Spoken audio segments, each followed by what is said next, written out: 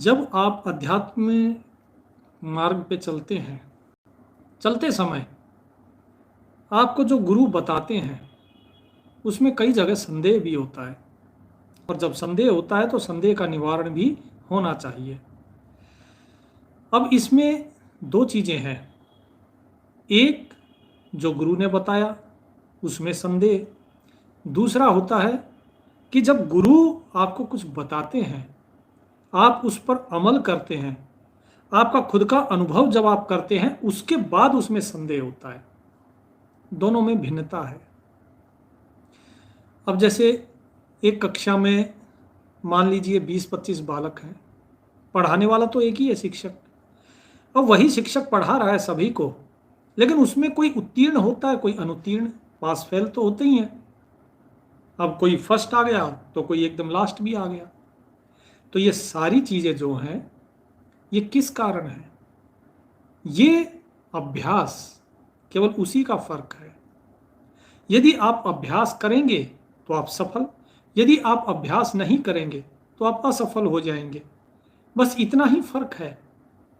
तो इसीलिए जब तक आप अभ्यास नहीं करते तब तक कितना ही भी कुछ भी बताया जाए उससे कोई फर्क नहीं पड़ता है।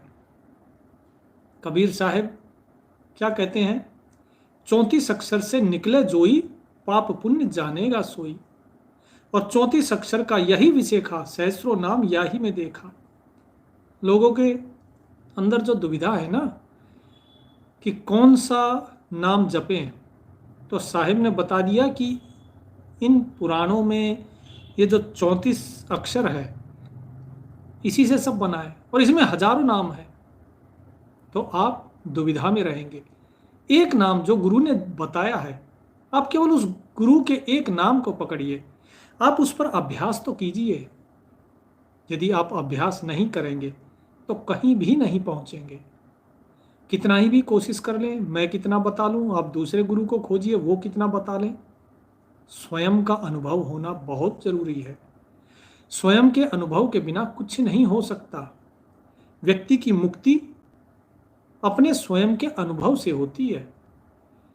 व्यक्ति की मुक्ति सिर्फ दूसरों के कहने से नहीं होती, अपना अनुभव व्यक्ति को करना पड़ेगा। हाँ, जब अनुभव हो गया उसके बाद जो प्रश्न उठते हैं वो प्रश्न आप पूछिए, तो बताने वाले को भी अच्छा लगेगा और आपका भी ज्ञान बढ़ेगा। यदि आप खाली ये पूछेंगे कि जी फलानी किताब में ऐसे लिखा हुआ है, इसका क्या मतलब हुआ, ठीक है आपको बता दिया जाएगा। फिर आप कहेंगे कि जी इस दोहे का क्या मतलब हुआ, उस फलाने ने ये दोहा लिख दिया। अलग अलग चीज़ें आप पूछते रहेंगे और सिर्फ पूछने में ही ये सारा जीवन निकल जाएगा, क्योंकि किताबों की तो भरमार है दुनिया में। मैं अनुभव की बात बताता हूँ आपको। अगर आप कहें कि तोता रटन किताबों की बात चाहिए, तो किताबों की बातें बताने के लिए दुनिया बैठी है। एक से बढ़कर एक लोग हैं, किताबों की बातें सुनिए, लेकिन उन किताबों की बात से मुक्ति नहीं है। मुक्ति चाहिए तो अपना अनुभव करना पड़ेगा। अपने अनुभव के लिए आपको विवेक जागृत करना पड़ेगा। अब यदि मैं आपसे कहूं कि भाई मीठा खाने से मुंह मीठा होता है, आप जान गए कि हाँ मीठा खाने से मुंह मीठा होता है, लेकिन वो मीठा होता कैसा है? क्या आपको मीठे का स्वाद पता है? जब तक आप चखोगे नहीं आपको उस मीठे का स्वाद पता ही नहीं चलेगा कि जिसे मैं कह रहा हूं मीठा, वो मीठा आखिर है क्या। आपको ये तो समझ में आ गया कि चीनी खाने से मुंह मीठा हो जाएगा, ठीक है, शक्कर खाने से मुंह मीठा हो जाएगा, नीम खाने से मुंह कड़वा हो जाएगा, लेकिन वो कड़वा है क्या, वो मीठा है क्या? उसके लिए आपको पहले खा के अनुभव करना पड़ेगा। जब आप अनुभव करेंगे तब आपको पता लगेगा कि हाँ नीम कौन सा है इसमें और मीठा कौन सा है। जिसका स्वाद कड़वा है वो नीम है या करेला है, और जिसका स्वाद मीठा है वो शक्कर है या चीनी है। ये सारी चीजें अनुभव से समझ में आती हैं। तो स्वयं का अनुभव करो, और स्वयं के अनुभव के लिए जैसे मैंने बताया कि विवेक जरूरी है। अब लोगों को जो विवेक की बात है, विवेक होता क्या है समझिए। पहले आपको किसी ने कहा या फिर एक छोटी सी कहानी बता देता हूं। एक गुरु ने एक शिष्य को कहा कि कण कण में परमात्मा है, हर एक व्यक्ति के अंदर परमात्मा है। तो शिष्य ने भी यही सीखा कि हर एक व्यक्ति के अंदर परमात्मा है, सभी परमात्मा रूप ही हैं। तो इसमें तो कोई गलत नहीं है, बात बिल्कुल सही कही है, गुरु ने भी सही कही और शिष्य ने भी सही ग्रहण करी। लेकिन क्या उसे आत्मा परमात्मा का अनुभव हुआ? नहीं हुआ। अब बात आती है कि एक दिन वही शिष्य घूमता हुआ जा रहा था। अब गुरु की जो बात है उस पर शंका नहीं कर सकते, तो गुरु ने जैसा बताया शिष्य ने वैसा ग्रहण किया। करके ग्रहण और चला जा रहा था, रास्ते में आगे से किसी ने कहा कि भाई हाथी पागल हो गया, भागो। बोले बड़े मूर्ख हो, अरे मेरे अंदर भी ईश्वर है, उसके अंदर भी ईश्वर है, कैसे ईश्वर ईश्वर का आहित करेगा, वो मुझे नुकसान नहीं पहुंचाएगा। तो चलता रहा। आगे से जो महावत था, महावत चिल्लाता हुआ भाग आ रहा, बोले मेरा हाथी मेरे वश में नहीं रहा, भागो। बोले अरे मूर्ख आदमी है, इनको यही नहीं पता कि उस हाथी के अंदर भी तो परमात्मा है, जो परमात्मा मेरे अंदर है, तो भला परमात्मा कभी परमात्मा का नुकसान करेगा? अब वो आगे गया, हाथी मिला, हाथी ने उठाया सूंड से और पटक दिया, 2-4 हड्डियां चटक गई इसकी। अब जब होश आया तो गुरु के घर पे, अब जब गुरु के घर पे था तो बेचारे गुरु सेवा कर रहे हैं। अब ये बोले क्षमा कीजिए गुरुदेव, सेवा मुझे आपकी करनी चाहिए और सेवा आप मेरी कर रहे हैं। बोला बेटा वो तो ठीक है, गुरु शिष्य का तो संबंध ही पिता पुत्र जैसा होता है, लेकिन मुझे ये समझ नहीं आई कि तेरे को इतना बड़ा आता हुआ हाथी नहीं दिखाई दिया। बोले गुरुजी दिखाई दिया था, लेकिन जैसे कि आपने कहा कि परमात्मा उसमें भी है, परमात्मा मुझ में भी है, जब दोनों के अंदर परमात्मा ही है तो जरा बताइए कि परमात्मा परमात्मा का अहित कैसे कर सकता है? तो जब ये बात गुरुजी ने सुनी तो वो हंस पड़े। बोले रे मूर्ख, तेरे को उस हाथी के अंदर परमात्मा दिखाई दिया, तेरे को ये नहीं दिखाई दिया कि जो चिल्ला चिल्ला कर तुझे कह रहे थे कि हाथी पागल हो गया, उनमें तुझे परमात्मा नहीं दिखाई दिया?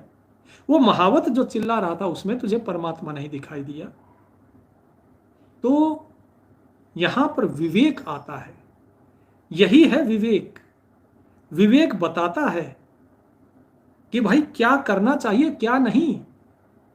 गुरु ने ज्ञान जरूर दिया है, लेकिन उस ज्ञान को कैसे अमल में लाया जाए ये विवेक निर्धारित करता है। एक बुद्धि होती है जिसका काम होता है विचार करना, एक होता है मन जिसका काम होता है ये विचारों को उत्पन्न करना। बुद्धि सोचती है, समझती है और मन विचार करता है, अनेकों विचार अनेकों ख्याल उत्पन्न होते हैं। एक होता है मस्तिष्क, दिमाग, जिसके अंदर सब कुछ संग्रहित है, सब कुछ सेव करके रखा हुआ है। और एक होता है विवेक, जो ये बताता है कि जो बुद्धि के अंदर जो सोच चल रही है वो सही है या गलत, जो मन में विचार आ रहे हैं वो सही है कि गलत है। ये सारी चीजें इंसान को समझ में आनी चाहिए। जब तक समझ में नहीं आएंगी तब तक विचार जैसे भी होंगे, अच्छे होंगे बुरे होंगे, वो मनुष्य को कभी इधर भटकाएंगे कभी उधर, लेकिन चलना किस रास्ते पे है ये विवेक तय करता है। अब इसमें दूसरी चीज, जैसे एक सांप था, उसको जो है उसने कई लोगों को डसा, लोग बड़े घबराए हुए थे। तो एक साधु वहां से निकला, उसने सांप को देखा, उसने कहा कि तुम्हारे कारण कितने लोगों की मृत्यु हुई है, तुम्हारे कारण कितने लोगों को दुख हुआ है, तुम इन दुखों से इनको मुक्त करो। बोले जी क्या करूं? बोले तुम अपने स्वभाव को बदलो, तुम क्यों बिना बात के लोगों का अहित करते हो? तो सांप को समझ में आई धीरे धीरे बात। तो सांप को जब बात समझ में आई तो उसने लोगों को काटना छोड़ दिया। बोले ठीक है जी, आज के बाद मैं अहिंसा के मार्ग पे चलूंगा जैसा आपने कहा। साधु ने कहा बहुत अच्छी बात है, किसी को नुकसान नहीं पहुंचाना। अब कुछ दिन के बाद क्या हुआ कि साधु महाराज आए। साधु महाराज आए तो उन्होंने देखा उसी सांप की बड़ी दयनीय अवस्था है, उस पे घाव हो रखे हैं। तो साधु ने उसके घाव पे लेप लगाया और उससे पूछा, तेरी ये अवस्था कैसे हो गई? बोला, महाराज आपने कहा कि हिंसा छोड़ो, अहिंसा का मार्ग अपनाओ। मैंने अहिंसा का मार्ग अपनाया, मैंने किसी को कुछ नहीं कहा। लोगों ने मुझे पत्थर मारे, बच्चे मेरे साथ खेलते थे, पत्थर मारते थे मुझे, उन पत्थरों से मुझे चोट लगी, मुझे भोजन भी नहीं मिला कई बार, इस कारण मैं बीमार हो गया। तो साधु ने कहा कि यही तो एक गलती कर दी तुमने। तुम्हारा स्वभाव है फुंकारना। अहिंसक होने का मतलब ये नहीं है कि तुम अपनी रक्षा करना ही बंद कर दो। मैंने तुम्हें हिंसा के लिए मना किया था, अहिंसक बनने के लिए मना किया था, लोगों को काटने के लिए मना किया था, लेकिन यह तो नहीं कहा था कि तुम अपनी रक्षा भी ना करो। तो ये विवेक के कारण होता है। जब तक व्यक्ति अपने विवेक का इस्तेमाल नहीं करेगा और सिर्फ शब्दों को ही पकड़ के बैठ जाएगा, तब व्यक्ति के साथ इस तरीके की घटनाएं होती हैं। तो इसीलिए विवेक को जगाइए। 5 महाभूत, अग्नि, पृथ्वी, जल, आकाश, वायु, ठीक है जी। तो ये 5 महाभूत से मिलके हमारा ये शरीर बना है। सभी जीव बने हैं अलग अलग तत्वों से, लेकिन हमारे अंदर आकाश तत्व की प्रधानता है, जिसके कारण हमें सबसे ज्यादा विवेक है। और ये विवेक ही है जिसके कारण हम मुक्ति प्राप्त कर सकते हैं। बिना विवेक के मुक्ति प्राप्त नहीं हो सकती, क्योंकि बिना विवेक के तो स्वयं परमात्मा आपके सामने आके खड़ा हो जाएगा, आप नहीं पहचान पाएंगे।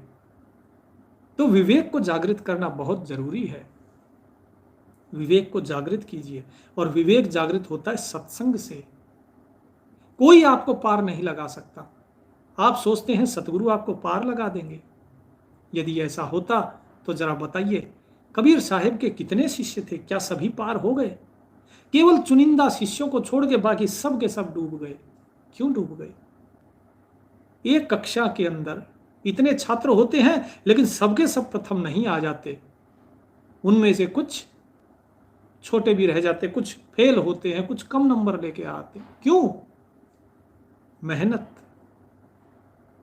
अपने विवेक को जागृत करो। आपके विवेक के बाद जो गुरु ज्ञान देंगे, उस गुरु ज्ञान से आपका उद्धार होगा। लेकिन जब तक विवेक नहीं, गुरु कुछ भी ज्ञान देते रहे।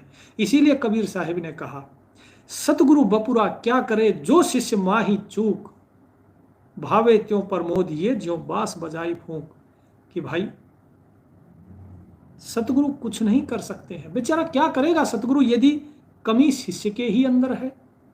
जैसे चंदन का वृक्ष होता है, उसके आसपास ढेर सारे पेड़ होते हैं, उस चंदन की खुशबू उन सभी पेड़ों के अंदर समा जाती है, लेकिन जो बांस होता है अंदर से खोखला होता है, उसके अंदर नहीं, कभी भी चंदन की खुशबू नहीं समाती है। वो बांस थोथा का थोथा ही रह जाता है। तो यदि शिष्य के अंदर चूक है तो सतगुरु क्या करेंगे? सतगुरु ज्ञान दे सकते हैं। स्वयं भगवान इस सृष्टि में आते हैं, अलग अलग रूप रखते हैं। सतगुरु आते हैं, अलग अलग रूप रखते हैं, दिखाते हैं, लोगों को ज्ञान देते हैं। लेकिन क्या उस ज्ञान से उद्धार हुआ लोगों का? कुछ लोगों का उद्धार हुआ जिन्होंने अपने विवेक को जागृत किया, बाकी का नहीं हुआ। क्यों नहीं हुआ? क्योंकि ज्ञान की प्राप्ति नहीं हुई। ज्ञान की प्राप्ति इसलिए नहीं हुई क्योंकि विवेक जागृत नहीं हुआ। वो समझ ही नहीं पाए कि जो गुरु कह रहे हैं उसका अर्थ क्या है। वो समझ ही नहीं पाए कि जो गुरु के वचन हैं, इन गुरु के वचन की कीमत क्या है। अभी भी जैसे रोजाना प्रतिदिन मेरे पास मैसेज करते हैं लोग, बोले जी ये पुस्तक है, इसको पढ़िए, थोड़ा बताइए, ये दोहा इसे पढ़िए, इसे बताइए। मैं किसको बताऊं और क्या बताऊं? क्योंकि यदि मैं उन पुस्तकों को पढ़ने लगा तो मेरा सारा जीवन इन पुस्तकों को पढ़ने में निकल जाएगा, और मुझे पता है कि उन पुस्तकों में कुछ नहीं है। किसी भी ग्रंथ में, किसी भी शास्त्र में कहीं भी मुक्ति का मार्ग नहीं है। लोग कहेंगे गुरु ग्रंथ साहिब है, नहीं है। उसमें ज्ञान है, वो मार्गदर्शन कर सकता है, लेकिन मार्गदर्शन उसका होता है जो स्वयं कुछ करना चाहे। जिसके मन में अधीरता हो उस परमात्मा को प्राप्त करने की, अपने स्वयं को जानने की, वही तो जान सकता है। जिसके मन में कुछ हो ही नहीं, वो भला क्या जानेगा। जो व्यक्ति ये कहता है कि भाई मुझे इसके अंदर जानना है क्या है, एक पुस्तक बताई कि इस पुस्तक को बता दीजिए इसमें क्या है। चलिए मान लीजिए मैंने बता भी दिया, कल को आप दूसरी पुस्तक पढ़ेंगे उसमें कुछ और मिलेगा। इन पुस्तकों के जाल में कब तक फंसोगे। इसीलिए मैंने बताया कबीर साहिब ने 34 अक्षर 52 अक्षर का जो ज्ञान है वो सब कुछ मिथ्या है। वो लोगों का अपना अनुभव है, आपका अनुभव क्या है। मेरा अनुभव भिन्न है। मेरा अनुभव कबीर साहिब जी के साथ मेल खाता है। मेरा अनुभव किसी बाकी लोगों के साथ इतना मेल नहीं खाता। हालांकि तत्व तो एक ही है, चीज एक ही है, लेकिन किसी ने उसे किसी और नाम से कहा है, किसी ने किसी और नाम से कहा है। अब मान लीजिए जैसे मैं आपको कह रहा हूं कि कोई गुरु आपको पार नहीं कर सकता है, लेकिन दूसरी तरफ अब लोग प्रश्न करेंगे, बोले जी गुरु ही तो पार करता है, सतगुरु ही तो बेड़ा पार लगाते हैं। लेकिन फिर कबीर साहिब ने क्यों कहा कि सतगुरु बपुरा क्या करे। क्यों? जो शिष्य माही चूक। यदि शिष्य के अंदर चूक है तो सतगुरु भी कुछ नहीं कर सकते। ये तभी बेड़ा पार होता है जब स्वयं व्यक्ति अपना अनुभव करता है। सतगुरु उसको साथ साथ में मार्गदर्शन कराते हैं और व्यक्ति अपना अनुभव करता है। जैसे जैसे उसका अनुभव बढ़ेगा वैसे वैसे ही वो पार होना शुरू हो जाएगा। लेकिन उस अनुभव के लिए आपको स्वयं को उस तरीके का बनाना पड़ेगा। आप चाहते हो आपको कोई बचाए, कोई नहीं बचा सकता। आपको ना तो इस संसार में कोई फंसा सकता है, ना ही आपको इस संसार से कोई पार निकाल सकता। इस संसार से पार निकलने वाले आप स्वयं हो। इस संसार में फंसने वाले आप स्वयं हो। आपके अतिरिक्त और कोई है ही नहीं। एक व्यक्ति सो रहा था, उसके गुरुजी पास में बैठे बाकी शिष्यों को ज्ञान दे रहे थे। अचानक वो चिल्लाना शुरू कर, मतलब चिल्लाने लगा, बोले गुरुजी बचाओ, गुरुजी बचाओ। जो शिष्य बैठे थे वो बोले गुरुजी उसे बचाइए। बोले किसे? बोले गुरुजी ये चिल्ला रहा है, इसे बचाइए। बोले ठीक है, जाओ देख के आओ कि उसको किससे बचाना है। वो शिष्य गया, बोला गुरुजी ये सपने में चिल्ला रहा है। बोले क्या तुम्हें इसके आसपास कुछ दिखाई दे रहा है? बोले नहीं। बोले तो इससे मैं किस चीज से बचाऊं? इसको जगा दो। उसको जगाया तो उससे पूछा हाँ किससे बचाना है? क्या किसी चीज से बचा सकते हैं? जिस सपने को वो देख रहा था वो सपना नश्वर था, हकीकत तो नहीं। और जो चीज हकीकत में है ही नहीं तो बचाएंगे किससे? सिर्फ अपनी कल्पनाओं से। इसी प्रकार ये मनुष्य सिर्फ अपनी कल्पनाओं में फंसा हुआ है। ये मनुष्य सिर्फ अपनी भावनाओं में फंसा हुआ है। ये अपनी कल्पनाओं को सच मानता है। अपनी कल्पनाओं से बाहर तो इसे स्वयं ही आना होगा। अपने स्वप्न से बाहर इसे खुद आना होगा। कौन भला इसके स्वप्न के अंदर जाके इसको ज्ञान देगा? तो इस सपने से बाहर आपको स्वयं आना होगा। आपको स्वयं मेहनत करनी होगी, स्वयं अनुभव करना होगा। जो संतों ने बताया, जो अवतारों ने बताया, जो सतगुरु ने बताया कि किस प्रकार से गुरु पार करते हैं, उसका अर्थ कुछ और है। सत्य तो यह है कि सतगुरु आपको पार तभी कर सकते हैं जब आप स्वयं मेहनत करेंगे।